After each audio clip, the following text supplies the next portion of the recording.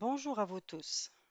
Durant l'apprentissage du français, on a toujours besoin d'un vocabulaire utile pour décrire les différents lieux ou paysages en langue française. Aujourd'hui, j'aimerais vous parler des outils qui vous permettent de décrire sereinement un paysage et plus particulièrement comment exprimer des sensations liées au paysage. D'abord, qu'est-ce qu'une sensation? C'est le résultat d'une perception des cinq sens qui nous aide à percevoir le monde, suscitant une réaction chez celui qui perçoit. On a la perception visuelle, auditive, olfactive, tactile et gustative. Lorsqu'on décrit un paysage, il faut décrire ce que l'on perçoit avec ces cinq sens. Sachez que le lecteur qui n'a pas forcément ce paysage sous les yeux doit pouvoir le visualiser intérieurement. Je cite un exemple qui se rapporte à la perception visuelle. Un incroyable plaisir se dessinait devant mes yeux. Pour qualifier des sensations visuelles, on emploie les verbes de perception. Voir avec attention, examiner, guetter, inspecter, observer, regarder, viser, fixer, espionner, scruter, surveiller, voir avec émerveillement, admirer, contempler, dévorer des yeux, voir sans pouvoir détacher les yeux, être fasciné, hypnotisé par, voir brutalement, constater, découvrir, remarquer, sauter aux yeux, voir rapidement, jeter un coup d'œil, saisir à la dérobée, viser du coin de l'œil, apercevoir. Je cite un exemple. Ce soir, c'est comme si la nature voulait me transmettre un message, comme si elle ne voulait pas qu'on cesse de la contempler.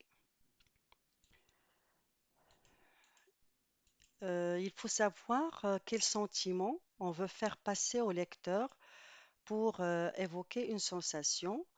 On peut utiliser des adjectifs variés comme agréable, beau, brillant, clair, coloré, flamboyant, lumineux, obscur, etc. Pour illustrer cette notion, je cite ces extraits. C'était une très belle vue d'ensemble d'un magnifique paysage de montagne. Dans le ciel étoilé, la pleine lune géante avait un éclat extraordinaire et des rayons aveuglants répandaient sur le monde d'une sorte d'hiver magique. Comme vous voyez dans cette description, l'auteur a voulu provoquer un sentiment d'apaisement, de volupté, de beauté et de rêve. C'est pourquoi il a choisi des adjectifs comme géante et extraordinaire, aveuglant. Pour qualifier des sensations auditives, on peut préciser ce que perçoit l'oreille pour décrire le bruit de la nature que l'on entend. On emploie des noms comme le clapotis de l'eau, le sifflement du vent, le craquement de la branche morte, le crissement des feuilles, le fracas des vagues sur les rochers, le roulis des vagues, le roulement sourd du tonnerre au loin. On peut même employer des verbes comme écouter, charmer, grésiller, gronder, hurler, murmurer, ouïr, etc. Je cite un extrait de Marguerite Audoux, une romancière française. J'entendais de longs sifflements, des craquements et des chutes de branches. Je cite un autre extrait de l'écrivain français Guy de Maupassant. La grande plaine est blanche, immobile et sans voix, pas un bruit, pas un son, toute vie est éteinte. Pour qualifier des sensations auditives, on emploie des adjectifs variés comme aigu, caressant, déchirant, profond, fort, grave, harmonieux, mélodieux, pur, sonore, strident, etc. Je cite un extrait de l'écrivain français Théophile Gautier. Un silence profond régnait dans la solitude de la campagne, car la neige amortit tous les sons avec son tapis d'hermine.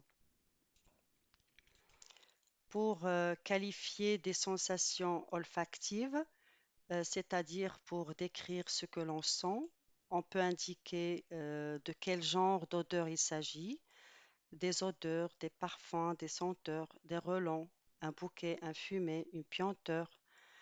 On peut utiliser aussi des verbes pour sentir comme aromatiser, dégager, embaumer, flairer, fleurer, renifler, etc. Je cite deux exemples. Tout était encore vert, les odeurs de nature nous chatouillaient les narines et le soleil dominait. Les couleurs de l'automne sont arrivées, avec elles le parfum de la terre mouillée. Pour décrire un paysage, consiste à situer les éléments les uns par rapport aux autres. Une bonne description n'énumère pas les délais au hasard. Elle respecte un ordre. On utilise des mots appartenant au vocabulaire spatial pour décrire ce que l'on voit lorsque le regard se déplace, comme d'un côté sur la droite se trouve un bois, de l'autre côté à gauche se trouvent des prairies.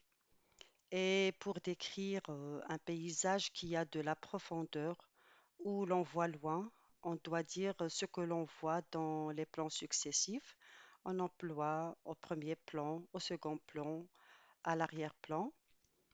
Euh, Au premier plan, on voit une route étroite qui amène à une ferme. On aperçoit au bout de la route une maison. À l'arrière-plan, on peut voir des champs clôturés par des haies d'arbres et des forêts. Pour réaliser une bonne description à l'écrit, on utilise l'imparfait car c'est le temps utilisé pour la description dans un récit au passé, contrairement au passé simple utilisé pour les actions brèves. Des adjectifs qualificatifs, leur rôle c'est de préciser, de compléter ou enrichir les sensations que l'auteur veut faire naître chez son lecteur. Des adjectifs qualificatifs qui évoquent les formes, comme grand, petit, long, carré, etc. Des adjectifs qualificatifs qui évoquent les sensations, comme accueillant, confortable. Des adjectifs de couleur, comme la couleur du ciel, bleu azur, sombre, gris, rougeoyant. La couleur du feuillage, vert clair, vert foncé, roux, jaune. La couleur de l'eau, vert émeraude, grise, bleu clair. Je cite un extrait. La blanche lumière de l'hiver remplissait ma petite chambre. On emploie aussi des verbes qui indiquent des positions, s'étendre, s'étirer, dominer, des formes comme entourer, dessiner, serpenter, des intentions comme filer, se cacher, trôner, écraser, des images poétiques, comparaison, métaphore, personnification et d'autres figures de style. Pour illustrer cette notion, je cite un extrait de Une vie de Guy de Maupassant. Le renflement des ruisseaux débordés emplissait les rues désertes où les maisons, comme des éponges, buvaient l'humidité qui pénétrait au-dedans et faisait suer les murs de la cave au grenier. Cette comparaison permet au lecteur d'imaginer avec plus de facilité l'aspect du paysage décrit. Le vocabulaire s'organise alors en champs lexicaux, c'est-à-dire autour d'un même thème. Si, par exemple, on choisit de décrire une nuit d'hiver, les termes du champ lexical seront autour de ce thème.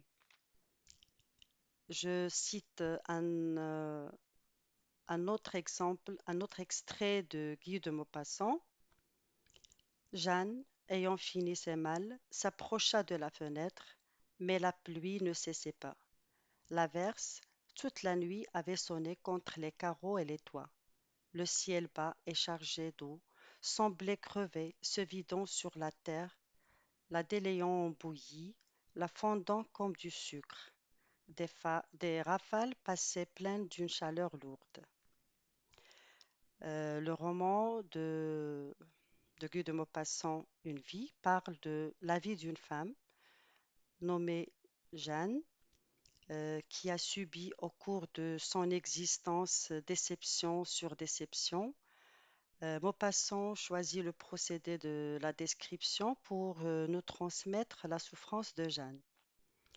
Donc, ici, la description de la pluie sur la ville reflète les sentiments de Jeanne. Elle constitue le miroir de cette femme. Et voilà tout ce que vous pouvez savoir pour apprendre à décrire un paysage en français. Cette vidéo va sûrement vous aider à écrire ou à parler facilement d'un paysage ou des villes de votre pays. Il est temps à présent de s'entraîner à décrire un paysage de votre choix. Merci de votre attention. À bientôt pour d'autres vidéos.